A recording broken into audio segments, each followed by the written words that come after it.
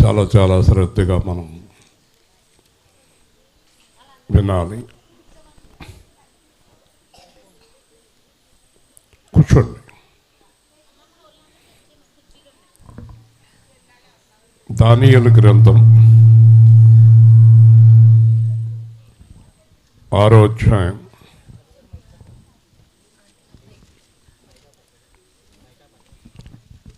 దానియేలు గ్రంథం 6వ అధ్యాయం 16వ వచనం నుంచి జాగ్రత్తగా చదువుకుందాం, జాగ్రత్తగా విందాం. నేను ఎక్కువసేపు చెప్పను, తక్కువ సమయం మాట్లాడతాను, క్లుప్తంగా వివరంగా మాట్లాడతాను. జాగ్రత్తగా వినండి. దానియేలు గ్రంథం 6వ అధ్యాయం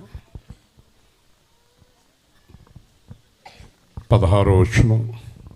అంతట రాజు ఆజ్ఞ ఇయ్యగా బొంట్రౌతులు దానియేలును పట్టుకుని పోయి సింహముల గుహలో పడద్రోయగా రాజు, నీవు అనుదినము తప్పక సేవించుచున్న నీ దేవుడే నేను రక్షించునని దానియేలుతో చెప్పాను. వారు ఒక రాయి తీసుకుని వచ్చి ఆ గృహద్వారమున వేసి దాన్ని మూసిరి. మరియు దానియేలును గూర్చి రాజు యొక్క తీర్మానము మారునేమో అని రాజు ముద్రను అతని అధికారుల ముద్రను వేసి దాన్ని ఉద్ధరించి అంతటా రాజు తన నగరునకు వెళ్ళి ఆ రాత్రి అంతా ఉపవాసం ఉండి నాట్య వాయిద్యములను జరగనీయలేదు. అతనికి నిద్ర పట్టకపోయాను. తెల్లవారుజామున రాజు వేగిరమే లేచి సింహము గుహ దగ్గరకు త్వరపడిపోయాను. అతడు గృహ దగ్గరకు రాగానే దుఃఖస్వరముతో దానియేలును పిలిచి, జీవము గల దేవుని సేవకుడైన దానియేలు, నిత్యము నీవు సేవించుచున్న నీ దేవుడు నిన్ను రక్షింపగలిగినా అని ఆయన అడిగాను. అందుకు దానియేలు, రాజు చిరకాలము జీవించునుగాక, నేను నా దేవుని దృష్టికి నిర్దోషిగా కనపడుతుని కనుక ఆయన తన దూతను పంపించి సింహములు నాకు ఏ హానియు చేయకుండా వాటి నోళ్లు మూయించెను. రాజా, నీ దృష్టికి నేను నేరము చేసిన వాడను కాను కదా అనెను. జాగ్రత్తగా కొద్ది నిమిషాలు ప్రతి విషయాన్ని శ్రద్ధగా వినండి. ఇక్కడ ఒక ఆయన పేరు దానియేలు, ఒక ఆయన పేరు రాజుగారు. ఈ రాజుగారి దగ్గర దానియేలు గారు మంత్రిగా ఉన్నారు. ఈ దానియేలు నిత్యము ప్రార్థనలో ఉండేవారు.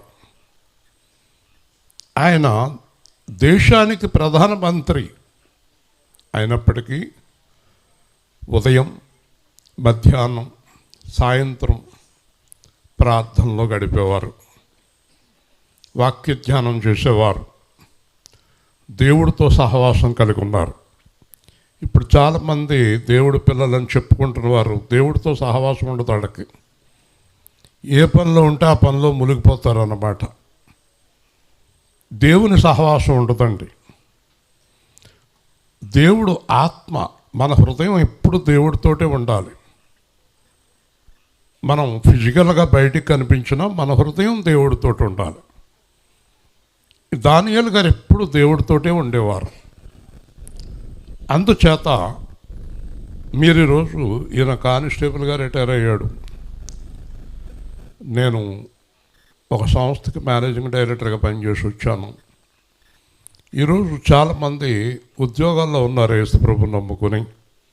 నాకు తెలుసున్న వారు కూడా చాలామంది అధికారులుగా ఉన్నారు, మంత్రులుగా ఉన్నారు, నాయకులుగా ఉన్నారు, కలెక్టర్లుగా ఉన్నారు, పెద్ద పెద్ద అధికారులుగా ఉన్నారు, చిన్న చిన్న వ్యాపారాలు చేస్తున్నారు, పెద్ద వ్యాపారాలు చేస్తున్నారు. వీళ్ళందరూ ఏం చేస్తారంటే చాలామంది దాంట్లో మునిగిపోతారు. వ్యాపారం చేస్తే వ్యాపారంలో మునిగిపోతారు, ఉద్యోగం చేస్తే ఉద్యోగంలో మునిగిపోతారు, దేవుణ్ణి వదిలిపెడతారు. వీళ్ళకి అదే ఎక్కువ, దేవుడు ఎక్కువ కాదు. కానీ దేవుళ్ళో ఉన్నవారు ఏమనుకుంటారంటే, ఈ దానియేలు గారు నేను ప్రధానమంత్రి అయ్యింది దేవుడి వల్ల. ఎందుకంటే మొన్న ప్రమాణ స్వీకారం రోజున ట్రంప్ గారు చెప్తున్నారు, ఆ యేసుక్రీస్తు వల్ల నేను అమెరికాకు అధ్యక్షుడిని అయ్యాను అన్నాడు. మనం అందరం కూడా దేవుడి వల్లే ఉనికి కలిగి జీవించున్నాం. చనిపోయిన తర్వాత ఏమీ లేదు, ఇంకంతా ఖాళీ అయిపోయింది. మనం జీవించేటప్పుడు దేవుడితో కలిసి జీవించడం చాలా ముఖ్యం.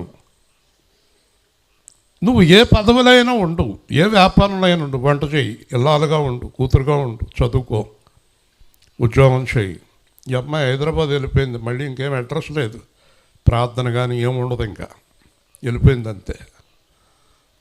అది కాదు, దేవుడితో సహవాసం, ప్రభువుతో సహవాసం. ఎలా ఉన్నాను, ఏంటి, ఏం చేస్తున్నాను, ప్రార్థన చేయండి. సేవకులతోటి మాట్లాడటం, ప్రార్థన చేయించుకోవటం, ఎప్పుడైనా ఒకసారి, రోజు కాదు. ఈ రోజున చాలామంది ఏంటంటే ఎందుకు వచ్చారో దేవుళ్ళలోకి, ఎందుకు వెళ్తారో తెలియదు వాళ్ళకి, అదొక జీవితం. కానీ అలాంటి వారికి రక్షణ నిశ్చయత ఉండదు, దేవుడు వాళ్ళతో ఉండడు. జాగ్రత్తగా వినాలి. అలాంటి వారితో దేవుడు ఉండడండి. అలాంటి వారితో ఏం చేస్తే దాంట్లో మునిగిపోయే వాడితో దేవుడు ఉండడండి. ఏం చేస్తున్నా దేవుడితో సహవాసం ఉన్న వాళ్ళతోటే దేవుడు ఉంటాడు. హల్లెలూయా. నువ్వు ఏ పదవి చేసినా, నువ్వు ఏ ఉద్యోగంలో ఉన్నా, ఏ పనిలో ఉన్నా, ఎక్కడికి వెళ్తే అక్కడ లీనమైపోయావు అనుకో, నువ్వు దేవుడు బిడ్డవు కాదు. ఆదివారం నాడు మొక్కుబడిగా వచ్చి దాంట్లో ఏదో కానుక పడేసి హల్లెలూయా అనేసిపోతే అది ఆరాధన కాదు, అది దేవునితో సహవాసం కాదు. దేవుడు ఏం చెప్తాడు తెలుసా పౌలు ద్వారా? మన సహవాసం అయితే తండ్రితో, ఆయన కుమారుడైన యేసుక్రీస్తుతో ఉన్నది. హల్లెలూయా.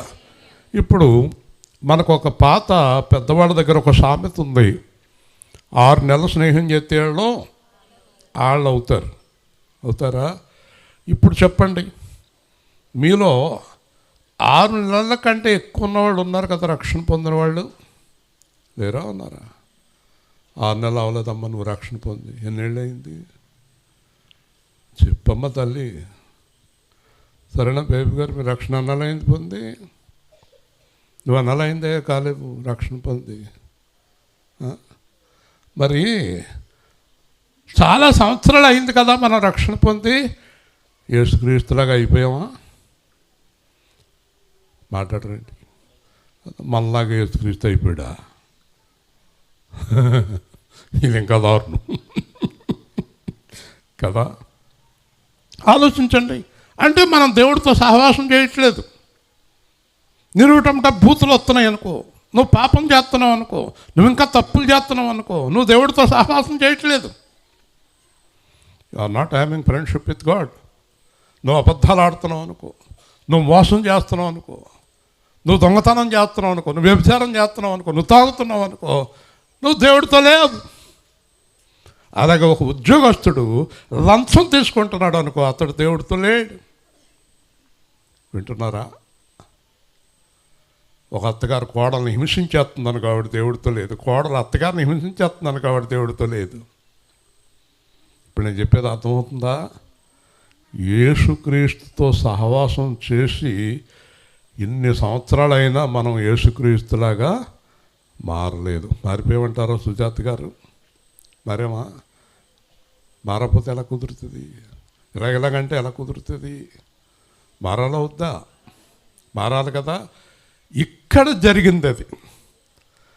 దానియేలు గారు దేవుడితో ఏకమైపోయాడు. గట్టిగా దేవుని స్తోత్రం. హల్లెలూయా. దానియేలు గారు ఎవరితో ఏకమయ్యాడమ్మా? ఎవరితోటి? దేవుడితోటి ఏకమయ్యాడు కదా. పిల్లడు పుట్టాక అప్పుడప్పుడు కనపడద్దు ఆవిడ, అంతకుముందు బాగానే వచ్చేది. చెప్పండి. అదేంటోనండి, మా కార్యక్రమాలన్నీ ఆదివారమే వస్తాయంట దేవుడు సుజాత. కొంతమంది అంటారు పొద్దున్నే రాజమండ్రి వచ్చేయమంటారా, కత్తపాడు వచ్చేయమంటారా, ఎందుకంటే మధ్యాహ్నం నుంచి ఫంక్షన్ ఉంది కదా. మన సహవాసం ఎవరితో ఉంది? నిజం చెప్పండి. ఆరాధన అని చక్కగా దేవుడికి పాట పాడిన మన నోట్లోంచి బూతులు వస్తే మన సహవాసం దేవుడితో ఉందంటారా? మాట్లాడాలి. ఉందా? అంటే నటన కదా. నా చిన్నప్పుడు మా వీధిలో హరిశ్చంద్ర నాటకం వేశారు. ఆ నాటకం చూసి నేను ఏడుపు. అలా ఆవిడ నమ్మేశాడు, కొడుకుని పాము కరిచేసింది, ఇవన్నీ చూసి ఏడుపు. నేను ఏడుతుంటే ఇంకా ఒరే బాబు ఇది నాటకం రా అంటారు వాళ్ళు. నాకేం అర్థమవుతుంది నాటకం నిజం అనుకున్నాను నేను. ఒరే ఇంకీడు ఊరుకునేళ్ళు ఏడురా బాబు, హరిశ్చంద్రుడిని చంద్రపతిని ఆ వెనకాల మేకప్లు వేస్తున్నారు, వాళ్ళ దగ్గరికి తీసుకెళ్ళండి అన్నారు నన్ను. దాన్ని వెనక్కి తీసుకెళ్ళారు. హరిశ్చంద్రుడు వేసిన అతను దాని దగ్గరికి తీసుకున్నాడు. అంటే ముద్దుగా పొద్దుగా ఉండేవాళ్ళండి. ఎరా బాబు ఏంటి అన్నాడు. ఈ అబ్బాయి ఏడ్చేస్తున్నాడు, మీరు చచ్చిపోయారు. ఒరే బాబు మా అబ్బాయి చచ్చిపోలేదురా, ఎవరూ చచ్చిపోలేదు, అంతా నాటకం రా నాయన ఏమన్నాడు. ఇదంతా ఇక్కడ ఎంతమంది ఉన్నారు నాటకాలు ఆడేవాళ్ళు? యేసు ప్రభువుని నమ్ముకున్నామని నాటకాలు ఆడేవాళ్ళు ఎంతమంది ఉన్నారు ఇక్కడ? జాగ్రత్త, వాళ్ళ కోసం నరకం సిద్ధంగా ఉంది. హల్లెలూయా. Don't act. వాళ్ళు ఒప్పుకున్నారు మేము నాటకం అని, మనం ఒప్పుకోం. మేము మహాపరిశుద్ధులం అంటాం. మేము యేసు ప్రభువుని నమ్ముకున్నాం తెలియదా మీకు అంటాం. అనొద్దు. అందుకే బైబిలు ప్రభువు మెచ్చుకునేవాడే యోగ్యుడు. హల్లెలూయా. హృదయం ఎవరికి తెలుస్తుంది? సింహాల బోనైనను సంతోషముగా వెళ్ళిరి, సింహాల బోనైనను సంతోషముగా వెళ్ళిరి, ప్రార్థించిన వెంటనే రక్షించే నీ హస్తము, ప్రార్థించిన వెంటనే రక్షించే నీ హస్తము. యెహోవా నీ నామము ఎంతో బలమైనది, ఎంతో బలమైనది. చెరసాలలో వేసిన సంకెళ్ళు బిగించిన సంఘము ప్రార్థించగా సంకెళ్ళు విడిపోయెను. యెహోవా నీ నామము ఎంతో బలమైనది, ఎంతో బలమైనది. మానవుల రక్షణ కొరకై నీ ప్రియ కుమారుని మానవుల రక్షణ కొరకై నీ ప్రియ కుమారుని లోకములకు పంపగా ప్రకటించే నీ వాక్యము. యెహోవా నీ నామము ఎంతో బలమైనది, ఎంతో బలమైనది. గొప్ప దైవజనుడు కలకత్తా నగరంలో రైల్వే స్టేషన్కి వచ్చాడు, ఇప్పుడు స్టేషన్కి వచ్చాడు. వచ్చి జనమందరూ అటు ఇటు ఇటు అటు మాటలు బ్యాంకులు పట్టుకెళ్ళి వెళ్ళాలి. ఆయనకు సడన్గా ఏడుపు వచ్చేసిందంట. ప్రభువా, ఇన్ని వేల మంది లక్షల మంది రక్షణ లేకుండా వెళ్ళిపోతున్నారు ప్రభు అని చెప్పి మోకరించి కన్నీరు గార్చో ప్రార్థన చేస్తున్నాడు. గొప్ప అద్భుతం జరిగిపోయింది. ఎక్కడోళ్ళు అక్కడ నడిచేవాళ్ళు మూటలు పట్టుకోళ్ళు బ్యాగులు పట్టుకుని ఎక్కడోళ్ళు అక్కడ అందరూ అలాగా ఆగిపోయారు. రైలు ఆగిపోయింది, అన్నీ ఆగిపోయినాయి. ఈ ఆర్పిఎఫ్ వాళ్ళు అయ్యి బాబు ఏంటిది ఏం జరిగిపోతుంది రైల్వే స్టేషన్లోని మొత్తం అందరూ పరుగులు ఎత్తుకుని వచ్చేసారంట లోపలికి. ఎక్కడోళ్ళు అక్కడ ఆగిపోయారంట, అలాగ ఆగిపోయారట. ఎవరని అలా లోపలికి వెళ్ళేటప్పటికి ఈయన మోకరించి కన్నీళ్ళు కాడుస్తున్నారంట. ఆయన దగ్గరికి వెళ్ళి నెమ్మదిగా, అయ్యగారు మీరు ప్రార్థన ఆపకపోతే మొత్తం అంతా గందరగోళం అయిపోయేలా ఉంది రైల్వే స్టేషన్. నెమ్మదిగా లేచి చూశాడంటే ఇదేంటి వీళ్ళందరూ ఇలాగ ఆగిపోయారు. ప్రభు అన్నారట, అర్థమైందా కుమారుడా, యేసు రక్షణ పొందిన వారు ప్రార్థించేవారు లేరు కనుకే వాళ్ళకి రక్షణ లేదు అన్నాడు. హల్లెలూయా. మనకు ప్రార్థనలు అక్కర్లేదు, రోజు ఏదో గొడవ ఉండాలి. మా ఆయన అండి, మా అబ్బాయి అండి, మా మనవరాలండి, మా మనవడండి, ఇదే గోల. ప్రార్థన లేదు. ప్రార్థిస్తే, అందుకే ఆ పాట పాడాను, మోషే ప్రార్థిస్తే ఆహారం కురిసింది, పౌలు శీలలు ప్రార్థిస్తే జైలు గోడలు బద్దలైపోయినాయి. ఏమీ లేదు మన దగ్గర. ప్రార్థన లేదు. ఈయనెవరు? దానియేలు ప్రార్థనాపరుడు. హల్లెలూయా. ఈయన ప్రధానమంత్రి ప్రార్థనాపరుడు. ప్రధానమంత్రి పదవికి ప్రార్థన ఏమి అడ్డం రాలేదు ఆయనకి. ఇక్కడ ఇంకా ప్రాముఖ్యమైన విషయం ఇంకోటి మనం తెలుసుకోవాలి. దానియేలు గారేమో ఆత్మసత్య ఆరాధనా యోధుడు. దానియేలు గారు రాజుగారేమో విగ్రహారాధికుడు. చూసారండి, రాజుగారేమో విగ్రహారాధికుడు, ఆయన దగ్గర ఉన్న మంత్రి ఏమో యేసు ప్రభు సేవకుడు. హల్లెలూయా. అసలు వీళ్ళిద్దరికి ఎలా కుదిరింది? చాలా బాగా కుదిరింది. ఎందుకు కుదిరిందో తెలుసా మీకు? రాజుగారు, ఆ రాజుగారి దగ్గర ఉన్నవారు కానీ, చుట్టూ ఉన్నవారు కానీ, ప్రజలు కానీ, శానాధిపతులు కానీ ఎవ్వరు కూడా దానియేలు గారు చేస్తున్న పనిలో చిన్న తప్పు వాళ్ళు పట్టుకోలేకపోయారు. గట్టిగా 2 చేతులు ఎత్తి దేవుని స్తోత్రం చెప్పాలి, గట్టిగా చెప్పాలి. అర్థమైంది ఇప్పుడు మీకు? దానియేలు గారు ఉద్యోగంలో ఎవరిని చూపిస్తున్నాడు? ఎవరిని? మరి మీరు చూపిస్తున్నారా యేసు ప్రభువుని చుట్టూ ఉన్న వాళ్ళకి? నువ్వు ఏ ఉద్యోగం చేస్తున్నా దేవుణ్ణి చూపించాలి. దానియేలు గారు యేసుక్రీస్తులాగా ఉద్యోగం చేస్తున్నాడు, యథార్థంగా ఉద్యోగం చేస్తున్నాడు. భీమవరం 2003 అక్టోబర్లో ఒక సువార్థికుడు వచ్చాడు అమెరికా నుంచి.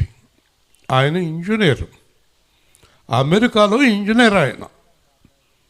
ఆయన సువార్త కొరకు భీమవరం వచ్చి 3 రోజులు సువార్త ప్రకటించాడు. ఆ సువార్తలో ఆయన ఇంజనీర్గా చేస్తున్నప్పుడు ఆయనకి ఒక భయంకరమైన సమస్య వచ్చింది. ఒక ప్లాన్ వేయాల్సి వచ్చింది. 3 రోజులు ఉపవాసం ఉన్నాడంట. చుట్టూ ఉన్న వాళ్ళందరూ ఇదేంట్రా, ఏం పిచ్చి పనులు, ఉపవాసం చేస్తే ప్లాన్ వస్తుందా? వస్తుంది అని 3 రోజులు ఉపవాసం ఉంటే 3వ రోజు తెల్లవారుజామున ప్రభు ప్లాన్ గీసి చూపించారంట అతనికి. హల్లెలూయా. ఆ ప్లాన్ వేసేటప్పటికి గవర్నమెంట్ మెచ్చుకుని ఆయనకి ఇంచుమించు 2 లక్షల రూపాయలు ఇంక్రిమెంట్ ఇచ్చారు. హల్లెలూయా.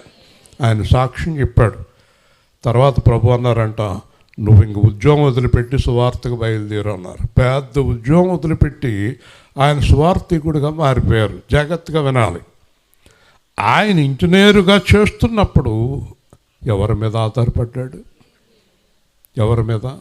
మనోళ్ళు వ్యాపారాలు చేసేవాళ్ళు ఉన్నారు కదా, మీరు చెప్పండి ఈ మాట. వ్యాపారం వేరు, వాక్యం వేరు, వ్యాపారం వేరు, ప్రార్థన వేరు, వ్యాపారం వేరు, బైబిల్ వేరు అంటారు. మహామేధావులు వీళ్ళు. అందుకే అభివృద్ధి ఉండదు వాళ్ళలో. అది వేరు, ఇది వేరు కాదు. ఎందుకంటే అందరినీ కూర్చోబెట్టి చెప్పాడంట, మీరేమన్నారు? యేసు ప్రభువుకి ప్లాన్ తెలిసేంటి అన్నారు కదా మీరు.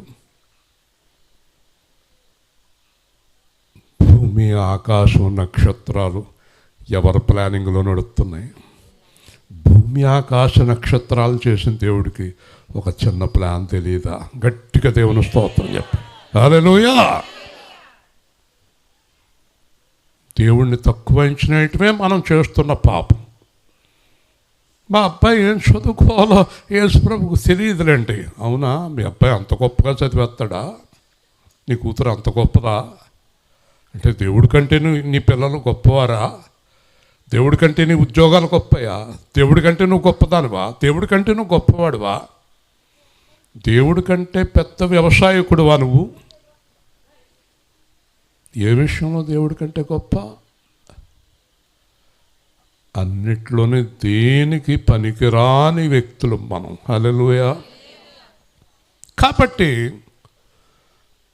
ఈ దానియేలు ప్రధానమంత్రిగా చాలా పేరు వచ్చేసింది ఆయనకి. ఈ రోజున ఒకవేళ యేసు ప్రభు నమ్ముకున్న వ్యక్తి ఒకవేళ ముఖ్యమంత్రి అయినా ఇంకొకళ్ళైనా ఎవరినైనా నిజముగా యేసు ప్రభులో ఉన్న వ్యక్తి కనుక అధికారి అయితే అద్భుతాలు జరుగుతాయి. హల్లెలూయా. నిజముగా ఉండాలి, నాటకాలు వేసేవాడు కాదు. కాబట్టి ఈ దానియేలు గారి మీద అందరికీ ఈర్ష్య కలిగింది, ద్వేషం కలిగింది, అసూయ కలిగింది. చెప్పండి, ఎవరన్నా ఒకరు అభివృద్ధి అవుతుంటే ఏం కలుగుతుంది చుట్టూ ఉన్న వాళ్ళకి? అదొకటే కదా మనకు వచ్చింది. ఒక ఆయన అన్నాడు, పీతల దగ్గరికి వెళ్ళి చూడండి అన్నాడు. పీతల దగ్గరికి ఎంత చూడాలి? ఓ పీత పైకి ఎక్కుతుంటే ఇంకో పీత కిందలో అవుతుందట. నువ్వు ఎక్కడికి వెళ్తానో నాతోటి ఉండు అంటుందంట పీత. అలాగే చాలామంది నువ్వు వెళ్తే నేను రావాలి, కానీ నేను వెళ్ళకపోతే నువ్వు కూడా కిందకి దిగు. అదండి, నా మీద కూడా నేను అతి తక్కువ వయసులో 35 ఏళ్ల వయసులో 10,000 మందికి ఎంబడే అయిపోయానని నన్ను ఎలా లాగాలా అని లాగేశారు మొత్తం మీద. కాబట్టి ఈ దానియేలు గారి మీద ఈర్ష్య వచ్చేసింది అందరికీ. కానీ రాజుగారు దానియేలు గారు ఇలా ఉన్నారు. హల్లెలూయా చెప్పండి. ఎలాగా, ఏం చేయాలి అని ఆలోచించారు. పెద్ద కుట్ర చేశారన్నమాట. చేసిన తర్వాత ఒక ఆలోచన వచ్చింది వాళ్ళకి. దొరికాడు అనుకున్నారు. అప్పుడు రాజుగారి దగ్గర ఒక శాసనం పెట్టారు. ఎవరైనా ఈ దేశంలో కొన్ని రోజుల పాటు ఎవరికి ప్రార్థన చేయకూడదు, ఆరాధన చేయకూడదు. మీకే చేయాలి ఆరాధన, మీకే ప్రార్థన చేయాలి, మీకే దండం పెట్టాలి, ఎవరికి చేయకూడదు. వీళ్ళందరికీ ఖచ్చితంగా తెలుసు దానియేలు గారు ఆ మాట ఒప్పుకోడని. హల్లెలూయా. ఒకవేళ ఎవరైనా ఈ ఆజ్ఞ అతిక్రమిస్తే అతన్ని ప్రాణాలతో సింహాల బోన్లో వేయాలి అన్నారు. రాజుగారు ఏం చేస్తాడు, వీళ్ళందరూ కలిపి చట్టం చేశాడు. సరే అని ముద్రేసాడు. ముద్రేసిన తర్వాత ప్రధానమంత్రి ఆయనకి తెలుసు ఇది చట్టం చేశారని. వెళ్ళిపోయి శుభ్రంగా మోకరించి ప్రార్థన చేసేస్తున్నాడు. హల్లెలూయా. ప్రార్థన మానలేదు. మన అమ్మగారులు అయ్యగారులు ఏదైనా పని దొరికిందంటే సంచెట్టుకుని వెళ్ళిపోయి ప్రార్థన లేదు, ఏమీ లేదు. ఇంకా ఎన్ని రోజులైనా అక్కడ ఉండి వస్తారు. పైగా నేను అక్కడ చేస్తున్నది ఏంటో చూడండి అంటారు. అయ్య బాబోయ్, చూస్తానమ్మా కదా, నేను ఒప్పుకుంటాను. మీరు ఎక్కడున్నా, ఏ పని చేస్తున్నా, మీరు దేవుడితో సహవాసాన్ని కలిగి ఉన్నారా? ఆత్మవంచన చేసుకోకండి, ఆత్మవంచన చేసుకోకండి. నేనెక్కడున్నా నా హృదయం దేవుడితోటే ఉండదన్నవారు ఎక్కడున్నా పర్వాలేదు. హల్లెలూయా. కానీ సాధ్యమేనా? అది సాధ్యమేనా? దానియేలు గారు ఎందుకు 3 రోజులు ప్రార్థన ఆపకూడదాయన? ఆపడు. ప్రార్థన చేయవే మనసా, ప్రార్థన చేయవే మనసా, నీ మొర దేవుడు వింటాడు, నీ మొర దేవుడు వింటాడు. ప్రార్థన చేయవే మనసా, ప్రార్థన చేయవే మనసా. అందరిలో అతి శ్రేష్ఠుడవనుచు, అందరిలో అతి శ్రేష్ఠుడవనుచు, స్తుతించవే ఓ మనసా, స్తుతించవే ఓ మనసా. ఆదియు అంతము నీవే అనుచు, ఆదియు అంతము నీవే అనుచు, పాడవే ఓ మనసా, పాడవే ఓ మనసా. వ్యాధులు బాధలు బాపిడి నామం, వ్యాధులు బాధలు బాపిడి నామం, స్తుతించవి ఓ మనసా స్తుతించవి ఓ మనసా వ్యాకులముల నేడ బాపిడి నామం వ్యాకులముల నేడ బాపిడి నామం పాడవి ఓ మనసా పాడవి ఓ మనసా ప్రార్థన చేయవి మనసా ప్రార్థన చేయవి మనసా క్షాళించుము ప్రక్షాళించుమని క్షాళించుము ప్రక్షాళించుమని అడగవి ఓ మనసా అడగవి ఓ మనసా పరిశుద్ధాగ్నితో నింపుము అనుచు పరిశుద్ధాగ్నితో నింపుము అనుచు వేడవి ఓ మనసా వేడవి ఓ మనసా ప్రార్థనలో సాధించలేని కార్యం లేదండి. మోకరించండి. అందరూ కూడా ఈ గ్రామం గురించి ప్రార్థన చేయండి, మీ బంధువుల గురించి ప్రార్థన చేయండి, కొత్తపాడులో, వేల్పూర్లో, ప్రతి చోట. ఎందుకంటే మనలను ప్రార్థన చేయకుండా సాతాను ఆపే ప్రయత్నాలు ఎలా చేస్తాడో చెప్తాను. నీ ఇంట్లో అనేకమైన గొడవలు పెడతాడు. అప్పులు గొడవలు, ఆ గొడవలు, ఈ గొడవలు, రోగాలు, పిల్లలు, చదువులు, పెళ్ళిళ్ళు, పెళ్ళయ్యాక కడుపులు, మళ్ళీ పురుళ్ళు. అసలు రాత్రి పగలు, పైగా ఎక్కడో ఉండే ఒక అతను మాటికి డబ్బులు పంపుతాడు. అది ఏం చేయాలి, ఎక్కడ పెట్టాలని గోల ఒకటి కదా. ఇదో గొడవ. డబ్బులు లేనప్పుడో గొడవ, డబ్బులు వచ్చాక గొడవ కదండి. ఏదో గొడవలో నిన్ను ముంచేసి ప్రార్థన చేయకుండా నీ హృదయాన్ని పక్కకి త్రోసేస్తాడు. అందుకే సాతాను జయం ఎప్పుడంటే, యాంగిషో అంటాడు, బిలిగ్రాహం అంటాడు, జాన్ వెస్లీ అంటాడు. జాన్ వెస్లీ అంటే రాజమండ్రి ఆయన కాదు, అమెరికా ఆయన. కాబట్టి వీళ్ళు ఏం చెప్తారంటే, గొప్ప దైవజనుడు, అందరూ గుర్తుపెట్టుకోండి, నేను ఏ రోజు ప్రార్థనలో గడపలేదో ఆ రోజు సాతాను నా మీద జయించాడు. దేవుని స్తోత్రం. చెప్పండి అందరూ. నేను ఏ రోజు పనికి మాలిన గొడవలో గడిపానో, మొగుడు పెళ్ళాల విత్తనం రాత్రంతా దెబ్బలాడుకుని నెత్తి నోరు బాదుకుంటా ఏడుసాము. ఆ రోజు ఎవరు జయించారు?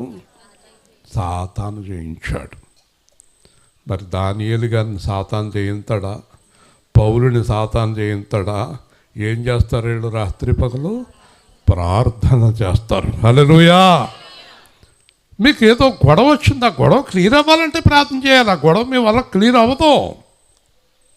మీరు ప్రార్థన చేస్తే ఎంత పెద్ద సమస్య అయినా తీరిపోద్ది. ప్రార్థన చేయాలి. దానియేలు ఆయన వెళ్ళి ప్రార్థన మొదలెట్టాడు. అప్పుడు రాజుగారి దగ్గరికి వెళ్ళి, చూసారా రాజుగారు, మీ మాట ఏమీ వింటలేదు. ఆయన ప్రార్థన చేస్తున్నాడు. తీసుకొచ్చి సింహాలు పోన్నాయండి. రాజుగారు కొంచెం తప్పిస్తానని చూస్తున్నాడు. రాజుగారు ఏమైనా తప్పింతారేమో అని గట్టిగా పట్టట్టు కూర్చున్నారు. తీసుకొచ్చారు. సింహాల పనులు ఎత్తానికి తీసుకెళ్ళేటప్పుడు రాజుగారు ఏమంటున్నాడో తెలుసా? ఈరోజు 2-3 మాటలతో ముగిస్తాను. రాజుగారు దానియేలుతోటి ఒక మాట చెప్తున్నాడు. నాతో కలిసి చెప్పండి. నీవు అనుదినము సేవించుచున్న నీ దేవుడే నిన్ను రక్షించును. గట్టిగా చెప్పండి. ఏమన్నారు మీరు? ఏమన్నారు?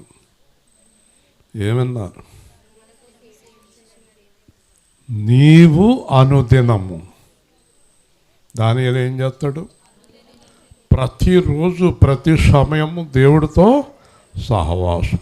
గుర్తుపెట్టుకోండి, ఈరోజు ఎవరైతే రాత్రి పగలు ప్రార్థనతో, దేవుడితో, వాక్యముతో యథార్థముగా పరిశుద్ధముగా, లేదండి సంచెట్టుకుని మా అమ్మాయి ఇంటికి వెళ్ళి వస్తాను కాదు, ప్రార్థనతో, వాక్యముతో, పరిశుద్ధతతో, యథార్థతతో. ఈరోజు తోకలపూడిలో సువార్తలో జరగాలంటే దాని వెనకాల ఉన్న ప్రార్థన. హల్లెలూయా. ఏ రోజు చెప్పిందో ఆ అమ్మాయి ఆ రోజు నుంచి ప్రార్థన చేస్తున్నా. ఏ కార్యం జరగాలన్నా ప్రార్థన ఉండాలి. రాజుగారెవరు? విగ్రహారాధికుడు. జాగ్రత్తగా వినండి, రాజుగారు విగ్రహారాధికుడు, దానియేలు యేసు ప్రభు ఆరాధికుడు. కానీ రాజుగారు ఏమంటున్నాడు తెలుసా? నీవు ప్రార్థిస్తున్న నీ దేవుడు నిన్ను రక్షిస్తాడన్న నమ్మకం నాకుంది. హల్లెలూయా. ఇంకెంతకన్నా కావాల్సిందే ఉంది. నాతో నా చుట్టుపక్కల మా ఊళ్ళో బయట వాళ్ళు చాలామంది నాతో చెప్తారు ఈ మాట. మూర్తి గారు అంటారు నన్ను, ఇస్రాయేల్ గారు అంటే చాలామంది. మూర్తి గారా? అబ్బాయి ఆయన ప్రార్థనతో కొట్టేస్తాడు ఏదైనా సరే. అసలు నా మీద అనుమానం ఉండదు వాళ్ళకి.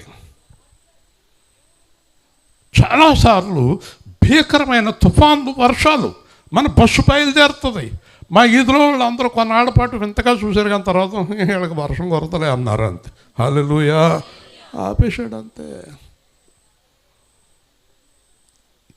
ప్రార్థన, దేవుని స్తోత్రం, విశ్వాసం, ప్రార్థన, విశ్వాసం. మిమ్మల్ని ఏదో అనాలని కాదు, కానీ ప్రార్థన లేనోళ్ళు, విశ్వాసం లేనోళ్ళు, యథార్థత లేనోళ్ళు తిరిగినట్టు బాగానే కనపడతారు, కానీ హఠాత్తుగా కూలిపోతారు. ఇంకెప్పటికీ లేవరు. హల్లెలూయా. ఎప్పటికీ లేవరు. కొంతకాలం బాగానే ఉంటుంది. పాపం కూడా చాలా బాగుంటుంది కదా. పాపము చాలా బాగుంటుంది. ఎప్పుడు? ముందు. తర్వాత పాము కాటు వేస్తుంది. హల్లెలూయా. పాపం కాటు వేస్తుంది. రాజుగారు ఏంటంటే అలా చెప్తాడు, దానియేలు భయపడకు, నీ గురించి నాకు తెలుసు, నీ దేవుడి గురించి నాకు తెలుసు. హల్లెలూయా. ఇదండి మీరు నేర్పాల్సింది మీ గ్రామానికి, మీ బంధువులకి, మీ స్నేహితులకి. అమ్మ ప్రార్థన చేయమ్మ మా గురించి అనాలి మిమ్మల్ని. వాళ్ళు మా సొంత చివర ఒక ఆవిడ ఉంటుంది, కోడలు, కూతురు, కొడుకు ఎవరు చూడకుండా వచ్చి మా గురించి ప్రార్థన చేసేయండి అని వెళ్ళిపోతుంది.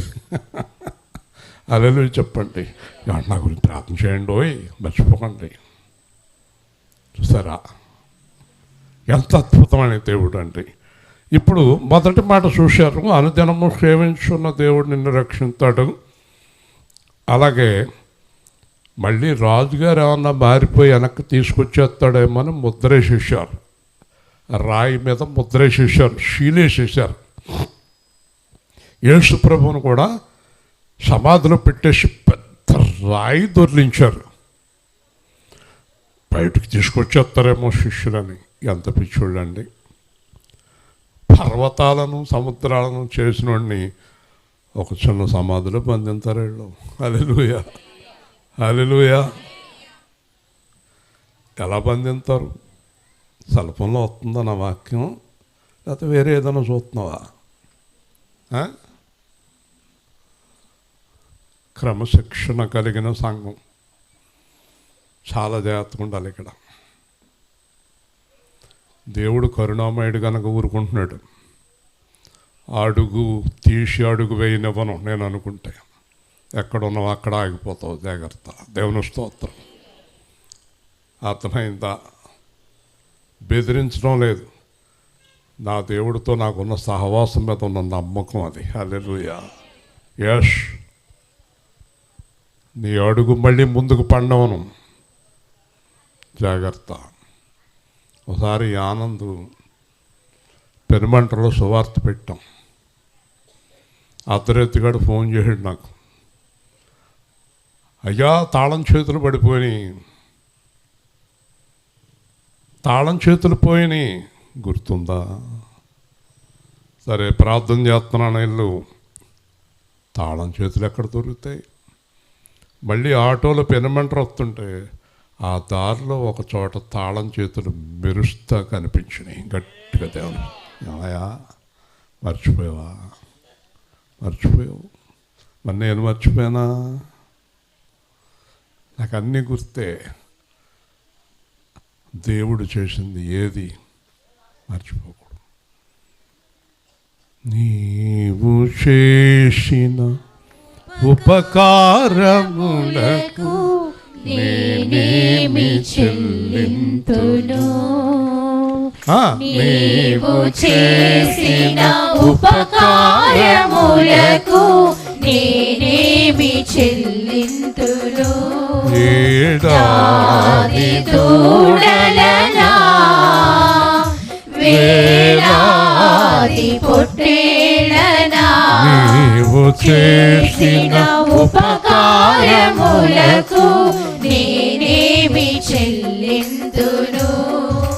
వేలాది నదులంత విస్తార తైలము నీకిచ్చిన చాలునా? గర్భఫలమైన నా జ్యేష్ఠ పుత్రుని నీకిచ్చిన చాలునా? ఏడాది దూడలనా వేలాది పొట్టేళ్ళనా మరణ పాత్రుడనైయున్న నాకై మరణించితివ సిలువలో. కరుణ చూపి నీ సిలువ మార్గాన నడిపించుము యేసయ్యా. ఏడాది దూడలనా వేలాది పొట్టేళ్ళనా నలిగిన బలియాగములను నా హృదయమర్పింతును. రక్షణ పాత్రను చేబూని నిత్యము నిన్ను వెంబడించెదను. ఏడాది దూడలనా వేలాది పొట్టేళ్ళనా. దేవుని స్తోత్రం. ఆయన వాద్యమైనా, నా గొంతుకైనా, వాళ్ళ డ్రైవింగ్ అయినా, మీ వంటలైనా, మీ జీవితమైనా, మీరేం చేస్తున్నా అవి దేవుడు కొరకు వాడారనుకోండి, ఎప్పుడూ నిత్య నూతనంగానే ఉంటాయి. హల్లెలూయా. ఎవరి కొరకు వాడాలి గుర్తుపెట్టుకోండి. దేవుడిచ్చిన స్వరాన్ని నేను దేవుడి కొరకు వాడితే నా స్వరం నిద్రించేదాకా ఇలాగ ఉంటుంది. హల్లెలూయా. మనం దేవుడి కొరకు వాడబడే పాత్రలుగా ఉండాలి. మన శరీరం సజీవ యాగములుగా దేవుడికి సమర్పించుకోవాలి. దానియేలు అంతటి భక్తుడు కాబట్టి ఆ రాత్రి రెండో మాట, రాజు ఉపవాసం ఉండెను. హల్లెలూయా. చెప్పాలి గట్టిగా. ఈడ పాపం మన తుంగభద్ర వచ్చారు, బేబీ గారు ఆడడం. వీళ్ళేమో మాకు రోజుకు ఒక వెరైటీ చేసి పెట్టేవారు, ఈ లావణ్య అమ్మగారు వాళ్ళందరూ దంచేస్తూ ఉండే వాసనలో. కానీ పాపం వీళ్ళ ఉపవాసం. అడిగాను ఇదేంటంటే పర్వాలేదని వాళ్ళు ఉపవాసం చేసేవారు, మేము శుభ్రంగా తినేసేవాళ్ళం. పైగా రోజుకు ఒక వెరైటీ చేసి పెట్టేవారు. కానీ వీళ్ళు ఉపవాసం చేసేవారు, తలుపు చేసుకుని లోపల పడుకుని ఉండేవారు, ఉపవాసం చేసేవారు. ఈరోజు వాళ్ళు ఉపవాసం చేసినందువల్లే అక్కడ సువార్త చేయగలిగాం. దేవుని స్తోత్రం. ఉపవాసం చాలా గొప్పది, దాని అంత గొప్పది ఇంకోటి లేదండి. రాజుగారు ఉపవాసం చేయటం ఏంటంటే ఎక్కడైనా ఉందండి ఇది. ఇప్పుడు మనం ప్రభువులో ఉండి ఎవరి కోసమైనా ఉపవాసం చేస్తే అదొక ఆశ్చర్యం కాదు. కానీ ప్రభులో లేని వ్యక్తి ప్రభులో ఉన్న వ్యక్తి కోసం ఉపవాసం చేయటం, హల్లెలూయా, ఎంత అద్భుతం, ఎంత అద్భుతం, ఎంత అద్భుతం. రాజుగారి ప్రేమ ఎంత సంపాదించుకున్నాడండి దానియేలు. దానికి కారణం దానియేలు యొక్క పరిశుద్ధత, యథార్థత. ఈరోజు మీలో నేను ఇలాగ అంటున్నానని బాధపడొద్దు. ఇష్టం వచ్చినట్టు జీవించి నానా తిప్పలు పడుతున్నారు మీలో కొంతమంది. నానా బాధలు పడుతున్నారు, నానా హింసలు పడుతున్నారు. అప్పులు చేసి, తప్పులు చేసి, తాగి, తిరిగి, అబద్ధాలాడి, మోసాలు చేసి, అప్పులు ఇచ్చి కూడా మీరు దేవుడు చిత్తం కాదని ప్రవర్తించిన అందరూ కూడా ఈరోజు మీరు విపరీతమైన యాతనలు పడుతున్నారు. హల్లెలూయా. అదే మీరు దేవుళ్ళో ఉంటే ఏ యాతన కలగదు మీకు. దానియేలు గారిని చూసి నేర్చుకోండి.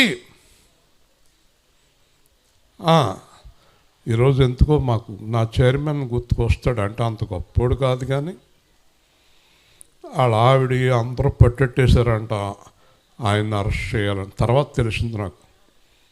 నిజంగా నాకు ఆయన దగ్గర ఉన్న ఒక వ్యక్తి చెప్పాడు. తర్వాత తెల్లవాళ్ళు నన్ను అరెస్ట్ చేసిన రోజు తెల్లవాళ్ళు నిద్రపోకుండా ఎడుతూ కూర్చున్నాడంట అతను. దేవుని స్తోత్రం. అనవసరంగా మూర్తిగా తర్వాత తెలిసింది నాకు. చూడండి ఎంత ఆశ్చర్యం అంటే, దానియేలు సింహాల బోనులో ఉంటే రాజుగారు ఉపవాసం చేస్తున్నాడు నిద్రపోకుండా. హల్లెలూయా.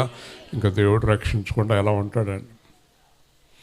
దానియేలు సింహపు బోనులో కాపాడినది నీవే కదా.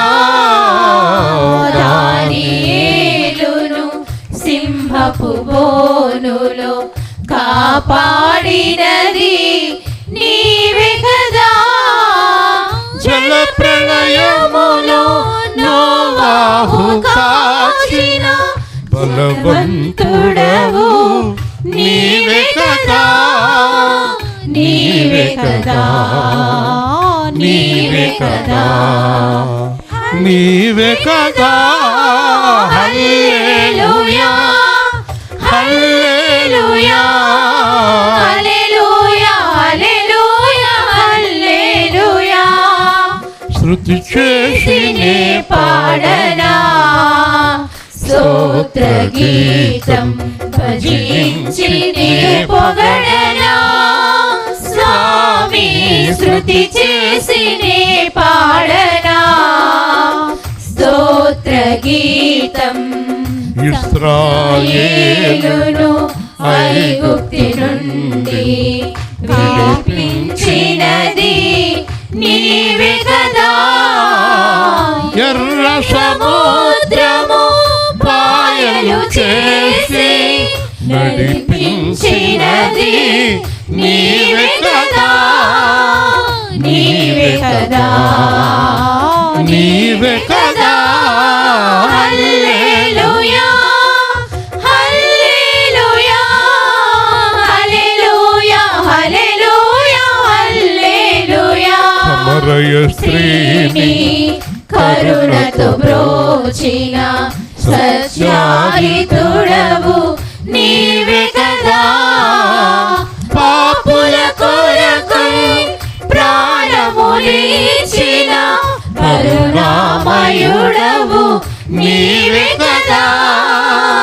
నీవే కదా, నీవే కదా.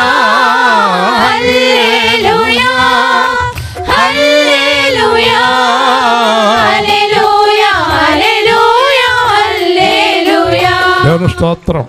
మీ అందరినీ ఒక ప్రశ్న వేయాలనుకుంటున్నాను. దానియేలు గారు ప్రార్థన చేస్తున్నారు సింహాల భవనంలో. ఒకటి, ఇంకా 10 నిమిషాలు అయిపోద్ది. మీకు తెలుసు, అప్పుడే వాక్యం ప్రారంభించి 50 నిమిషాలు అయిపోయింది. ఏమీ లేనట్టు ఉంటుంది కదా. దానియేలు గారు ప్రార్థన చేస్తున్నారు కదా, నిద్రపోవట్లేదు. రాజుగారు ఉపవాసం చేస్తున్నాడు, ప్రార్థన తెలదు ఆయనకి. ఆయన ఏదో అడుగుతున్నాడు, ఆయన దేవుడిని అడుగుతున్నాడు అనుకుందాం. ఇంకొక ఆయన మెలకుగా ఉన్నాడు. ఎవరైనా పేరు గట్టిగా చెప్పాలి. అలా మొహం అలా పెట్టి చెప్తుంటే సంతోషంగా చెప్పు. ఎవరు? ఆనంద. యేసుక్రీస్తు ప్రభు. హల్లెలూయా. గట్టిగా చెప్పాలి. ఇప్పుడు చెప్పండి, ఎవరెవరు మెలకుగా ఉన్నారు? దానియేలు, రాజుగారు, యేసుక్రీస్తు. ఇంకా మెలుపుగా ఉన్నది ఎవరో చెప్పగలరా?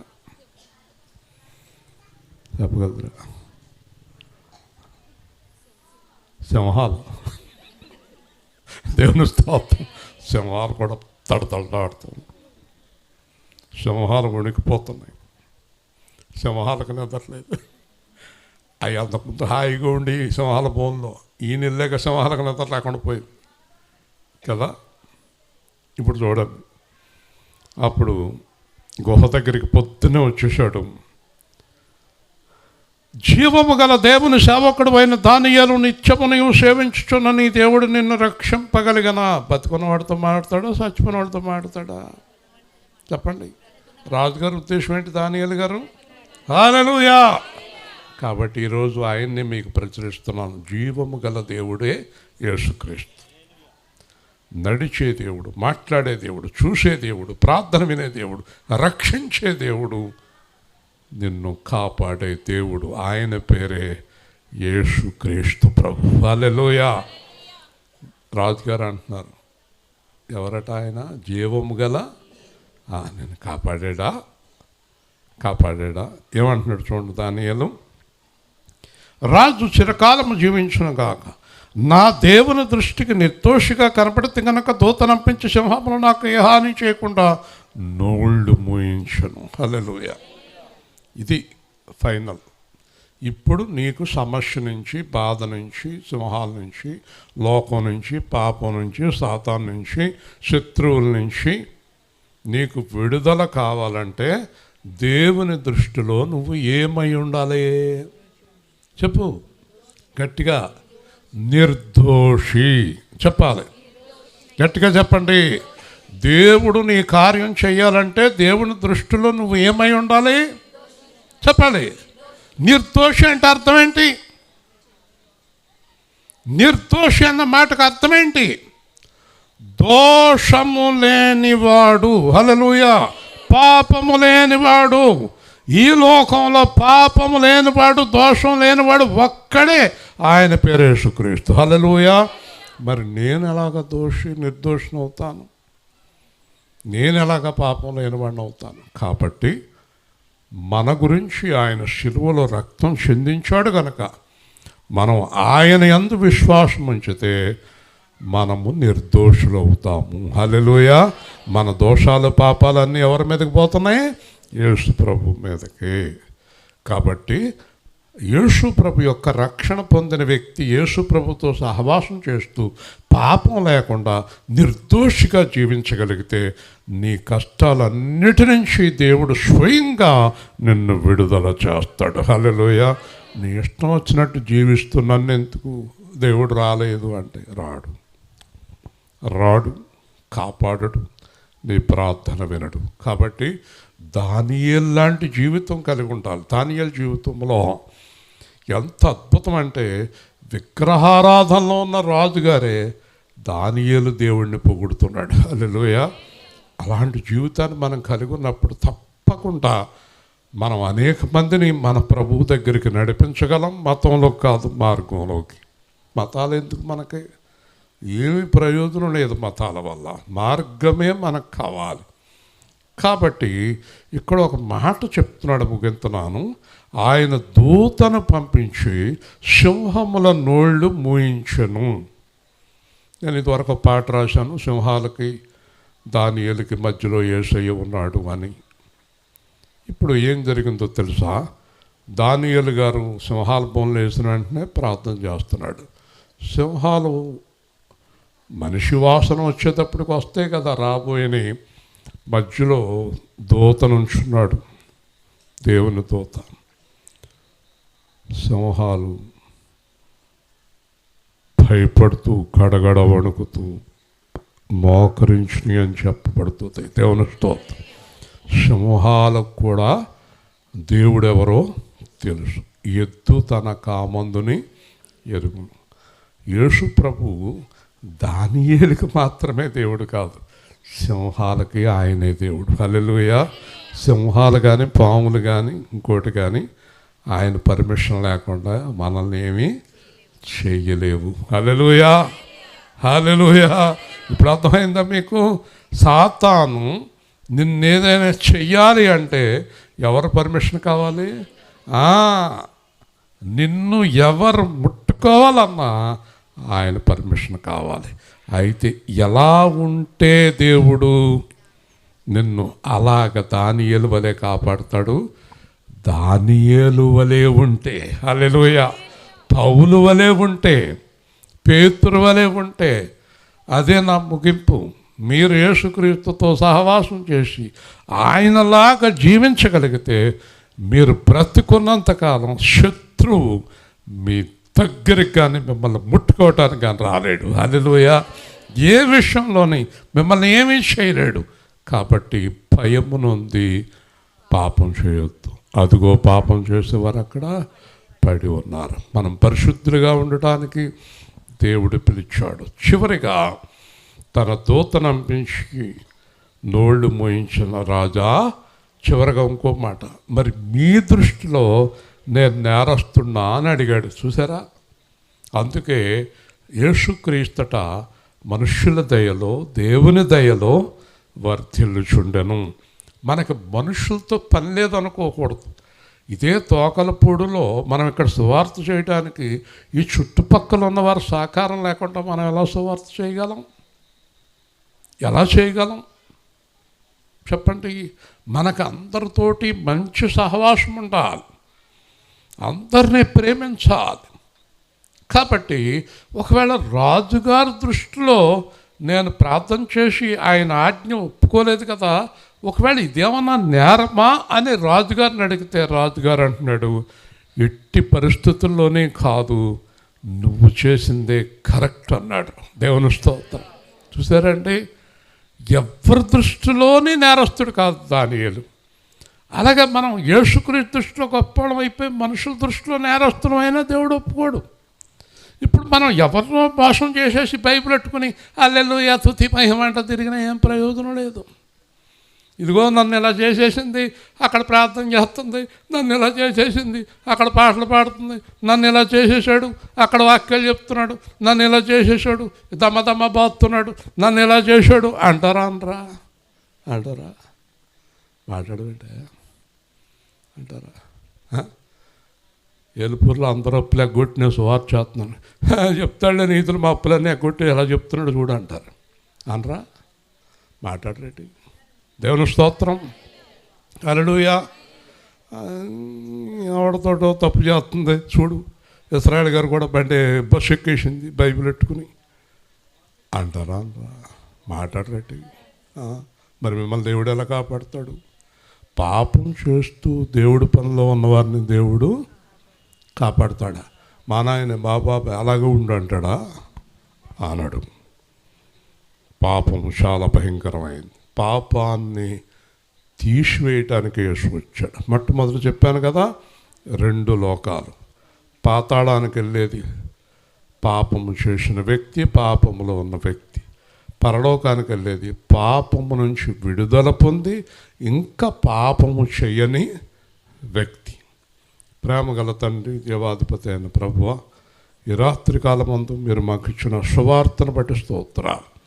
మేము ఎల్లప్పుడూ నీతో సహవాసం కలిగి పరిశుద్ధంగా జీవించే కృప, అలాగే అబ్రహాం గారి కుటుంబాన్ని, వారందరి పిల్లల్ని దీవించి, వారి బంధువులను దీవించి, ఈరోజు మాకు సహకరించిన ప్రతి కుటుంబాన్ని దీవించి, ఈ గ్రామాన్ని దీవించి, వాయిద్య సహకారము, వాహనాలు తోలి మైకులు పెట్టి అన్నీ చేసిన వారిని, పిల్లల్ని, వంటలు చేసిన వారిని దీవించి, అందరినీ ఆశీర్వదించి మీ నామానికి మహిమ తెచ్చుకోమని యేసుక్రీస్తు శ్రేష్టమైన నామంలో ప్రార్థించి వేడుకుంటున్నాం తండ్రి.